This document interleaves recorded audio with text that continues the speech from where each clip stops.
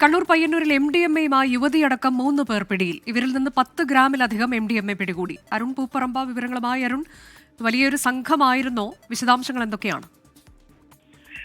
അനുജ, വാഹന പരിശോധനയ്ക്കിടെ ദേശീയപാതയിൽ എടാട്ട് കണ്ണങ്ങാട് കവാടത്തിന് സമീപത്ത് ഇവർ സഞ്ചരിച്ചിരുന്ന കാർ നിർത്തിയിട്ട നിലയിൽ പോലീസ് കാണുകയായിരുന്നു. സംശയം തോന്നിയെ തുടർന്നാണ് ഈ കാറിൽ പോലീസ് പരിശോധന നടത്തിയത്.